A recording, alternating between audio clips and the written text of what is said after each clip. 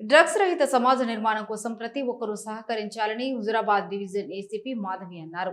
అంతర్జాతీయ మత్తు పదార్థాల వ్యతిరేక అక్రమ రవాణా నిరోధక దినోత్సవం సందర్భంగా హుజురాబాద్ డివిజన్ ఏసీపీ మాధవి ఆధ్వర్యంలో పట్టణ సీఐ రామకృష్ణ పోలీసులు డ్రగ్స్ పై అవగాహన కార్యక్రమం నిర్వహించారు. మోత్కులగూడెం చౌరస్తా నుంచి గాంధీ చౌరస్తా వరకు ర్యాలీ నిర్వహించి ప్రతిజ్ఞ చేశారు. ఈ సందర్భంగా ఏసీపీ మాధవి మాట్లాడుతూ డ్రగ్స్ వాడకం వల్ల సమాజంలో వచ్చే దుష్పరిణామాలు, ఆరోగ్య సమస్యలను ప్రజలకు వివరించారు. చాలా మంది యువత సరదాగా మొదలుపెట్టిన ఈ అలవాటు వ్యసనంగా మారి వారి భవిష్యత్తును నాశనం చేస్తుందని అవగాహన కలిగి ఉండి అప్రమత్తంగా ఉండాలని సూచించారు. యువత దేశానికి పట్టుకొమ్మాలని, వారు మంచి ఆలోచనలు కలిగి ఉండాలని, సమాజ అభివృద్ధికి తద్వారా దేశ అభివృద్ధికి తోడ్పడాలని కోరారు.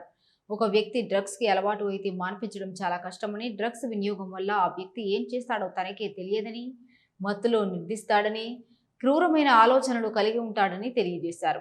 తమ పరిసర ప్రాంతాల్లో ఎవరైనా డ్రగ్స్ వినియోగిస్తున్నట్లు అనుమానం వచ్చినా, విక్రయిస్తున్నట్లు తెలిసినా 1908 ద్వారా పోలీసులకు సమాచారం అందివ్వాలని, అప్పుడు మాత్రమే డ్రగ్స్ రహిత సమాజం సాధ్యమవుతుందని సూచించారు.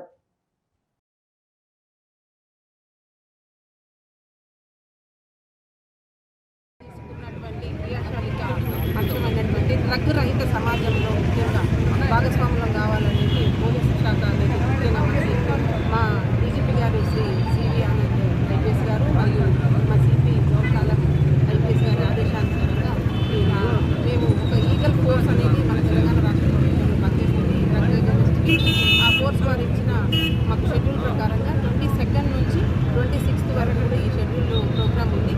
ముఖ్యంగా వీటిని డ్రగ్ రహిత సమాజంలో భాగస్వామ్యం విద్యార్థుల చేత మనం తీసుకొచ్చినట్లయితే సమాజంలో ముందు పోతుంది అనేది ఒక మంచి ఉద్దేశంతో పిల్లలందరికీ కూడా అవేర్నెస్ కార్యక్రమంలో భాగంగా 22 నుంచి మేము ప్రతిరోజు కూడా ఎస్ఏ రైటింగ్ కాంపిటీషన్, తర్వాత drawing competitions, electrician competitions and games, అదేవిధంగా పిల్లల్లో మనం ముగ్గుల పోటీని, ఇలా వివిధ రకాలైన కార్యక్రమాలను వాళ్ళకి పెడుతూ వాళ్ళకి ప్రైజ్ డిస్ట్రిబ్యూషన్ కూడా చేయడం జరిగింది. ఈరోజు సిపి గారు శ్రీ గోసాలం ఐపీఎస్ గారు కరీంనగర్లో పిల్లలకి ఫస్ట్ సెకండ్ వచ్చినటువంటి 6 విద్యార్థులకు కూడా ప్రైజ్ డిస్ట్రిబ్యూషన్ చేయడం జరిగింది.